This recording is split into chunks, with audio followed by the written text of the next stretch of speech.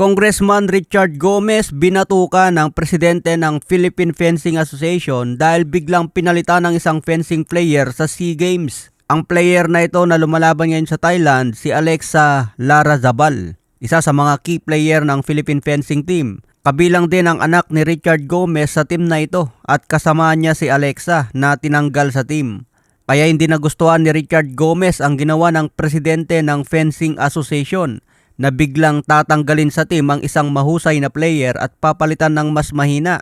Pambubuli daw ito sa player na lumalaban para sa gintong medalya sa SEA Games. Kaya hindi napigilan ni Richard Gomez ang sarili na batukan niya ang presidente. Paliwanag ng presidente, hindi raw nagte-training itong si Alexa, kaya pinalitan na lang. Pero sabi naman ni Richard Gomez, nag-iensayo yan sa Ormoc at isang magaling na player. Samantala, mamaya na ang laban ni Yumir Marcial para sa gintong medalya. Kalaban niya ang Indonesia, kaya abangan natin ang laban ni Marcial. Sa ibang banda, final weigh-in ni Jake Paul at Anthony Joshua. Tumimbang si Joshua ng 243.4 pounds. Si Jake Paul naman 216.6 pounds. 27 pounds ang kalamangan ni Joshua, medyo mabigat na. Kaya masusubukan ang tibay ni Jake Paul dito kung tatagal siya sa kamao ni Joshua. Sabi pa naman ni Anthony Joshua, lisensyado ang kamao niya para pumatay. Walang nakalagay sa kontrata na bawal patayin si Jake Paul. Kaya gagawin daw ang lahat ni Joshua para tapusin agad ang laban. December 19 ang bakbakan na ito, kaya abangan ang mainit na laban. Sobrang yamado si Joshua sa tayaan. 1% lang ang pag-asa ni Jake Paul, kaya masasabing upset of the year ito kung matalo pa si Joshua. Pero sabi nga ng mga boxing fans, scripted na laban ito kung matalo si Joshua. Pero sabi ni Ed Hearn, hindi sisirain ang pangalan ni Joshua sa mga scripted na laban. Kaya tinanggap nila ang laban na ito dahil isang professional fight at kompleto ang kontrata. Hindi raw ito scripted, isang tunay na laban ito katulad sa mga championship fight. Sa iba pang balita, Conor Benn nagdemand ng $20 million laban kay Shakur Stevenson.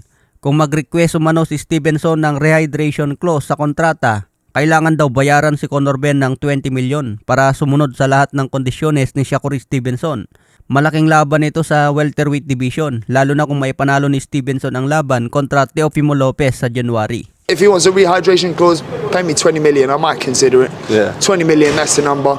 Sa ibang banda naman, ayon sa mortal na kaaway ni Janrel Casimero na si Silverboys TV, mas maganda pa umano ang pinakita ni Donaire sa edad na 43 kumpara sa pinakitang laban ni Casimero sa edad na 36.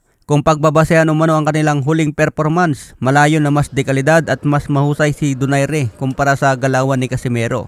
Pero hindi pumapayag ang mga fans ni Cuadro Alas dahil magkaiba daw ang estilo ni Donaire at Casimero. Kung si Seiya Tsutsumi umano ang nakalaban ni Casimero, 30 second lang daw si Tsutsumi dahil sumasabay ito ng suntukan at agresibo. Yan daw yung mga estilo na gustong-gusto ni Casimero. Hindi daw katulad sa estilo ni Kameda na puro takbo ang ginawa sa ring. So agree ba kayo dyan mga boss? Kung si Casimero ang nakalaban ni Tsutsumi, knockout ang abutin.